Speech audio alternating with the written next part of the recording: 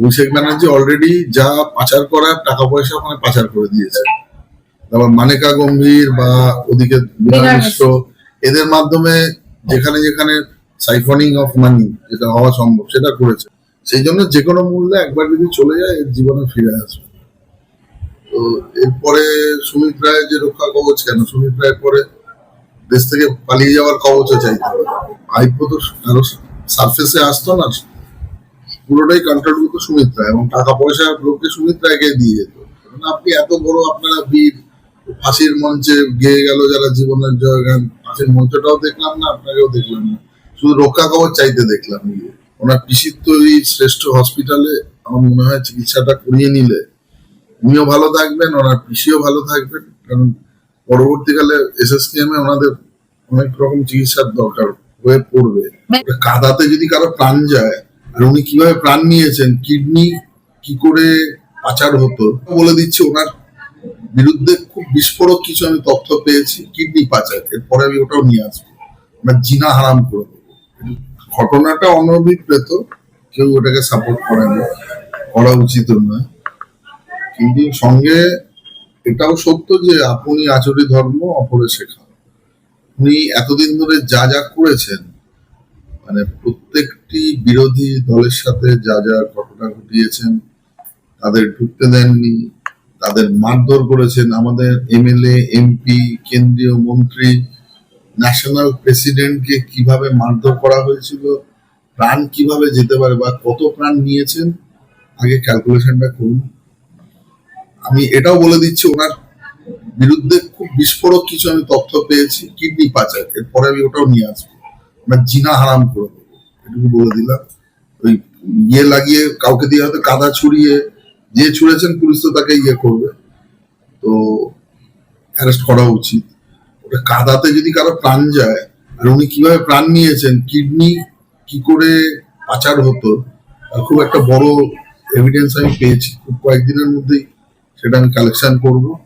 স্বাস্থ্য দপ্তর কি করে পারমিশন দিত, আর উনি ছিলেন ওই দপ্তরের মন্ত্রী, তো ওনাকে বাকি দেখে বাজার গরম করতে হবে না, বাজার কয়েকদিনের মধ্যেই গরম হবে।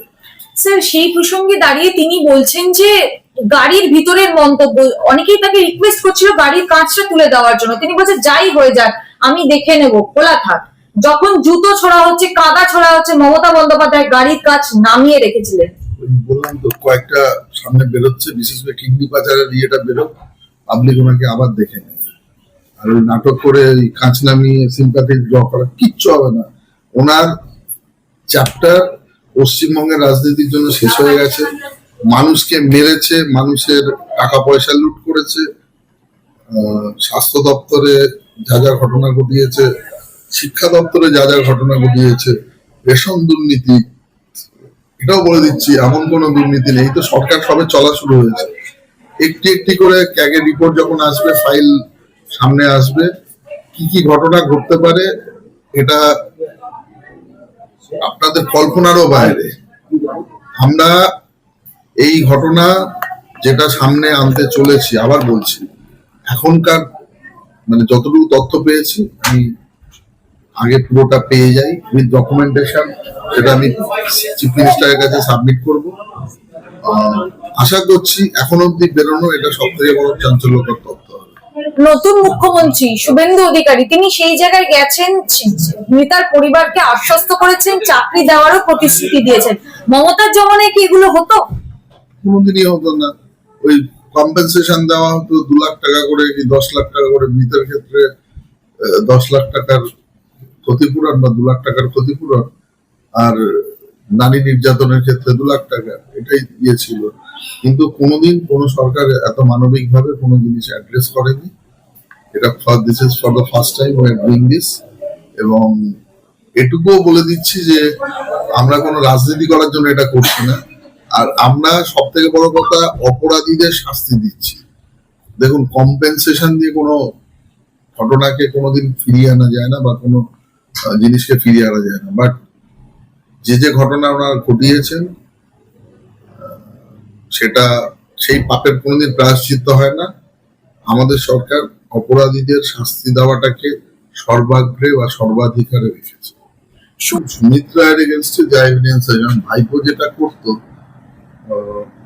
ভাইপো তো কারো সারফেসে আসতো না, পুরোটাই কন্ট্রোল করতো সুমিত্রা, এবং টাকা পয়সা লোককে সুমিত্রাকে দিয়ে যেত।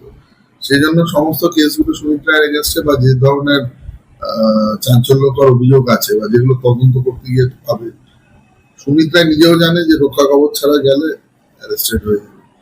সুমিত্রায় আর এদের একটা প্যাটার্ন আছে, এরা কোনো তদন্ত যখন হয় কোনোদিন দেখবেন যায় না, প্রথমে বিভিন্ন বাহানা বানায়, তারপরে কোর্টে দৌড়ায়, প্রথমে lower court, high court, supreme court.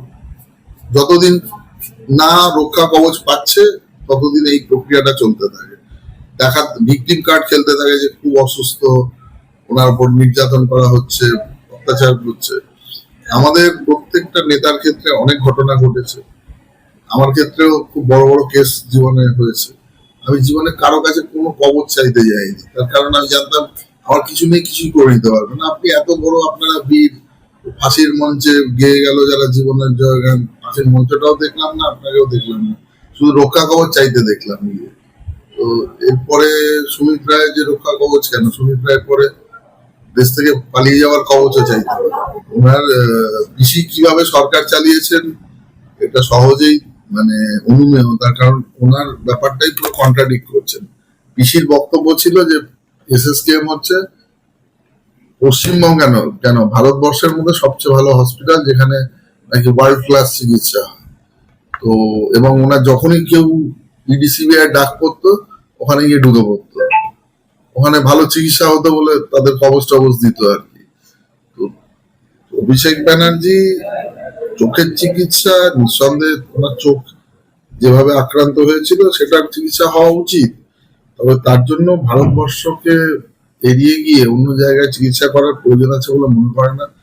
ওনার পিসির তৈরি শ্রেষ্ঠ হসপিটালে আমার মনে হয় চিকিৎসাটা করিয়ে নিলে উনিও ভালো থাকবেন, ওনার পিসিও ভালো থাকবেন, কারণ পরবর্তীকালে এসএসকেএম এ ওনাদের অনেক রকম চিকিৎসার দরকার হয়ে পড়বে। মেনকা গম্ভীর, বিনয় মিশ্রর পথে কি হাঁটছেন অভিষেক বন্দ্যোপাধ্যায়? ওটা তো মানে দিনের আলোর মতো পরিষ্কার। দেখুন, অভিষেক ব্যানার্জি অলরেডি যা পাচার করার টাকা পয়সা ওখানে পাচার করে দিয়েছে। তারপর মানেকা গম্ভীর বা ওদিকে বিনয় মিশ্র, এদের মাধ্যমে যেখানে যেখানে সাইফনিং অফ মানি যেটা হওয়া সম্ভব সেটা করেছে। এবার লাস্ট ছিল ওনার যাওয়াটা, ওটা যদি না যেতে পারে সেই টাকাগুলো ভোগ করতে পারবে না, কারণ হাওলাতে যে টাকা টাকার মধ্যে আপনাকে বুঝতে হবে এদের দামি লোক বসে থাকে, যদি বেশি দিন বাইরে থাকে মানে টাকার অ্যাক্সেসও কিন্তু না হতে পারে। যারা টাকা, যাদের নামে বিভিন্ন কোম্পানি বা ইয়ে বানিয়ে টাকা খাটছে, তারা যদি কোনোদিন ডিগবাজি খায় তার অ্যাক্সেসও পাবে না। এদের অবশ্যই বিভিন্ন ফরেনেও অ্যাকাউন্ট আছে বা অন্যান্য অ্যাকাউন্ট অ্যাক্সেস করতে যাওয়ার দরকার পড়ে। এবং সব থেকে বড় কথা, এদের একটাই প্যাটার্ন আছে, দেখবেন যে টাকা পাঠিয়ে দিয়ে হিউজ মানি বিদেশে ইনভেস্ট করা, সেই ইনভেস্টমেন্টটাকে সিকিউর করতে চাইছে। সেই জন্য যে কোনো মূল্যে একবার যদি চলে যায় এর জীবনে ফিরে আসবে।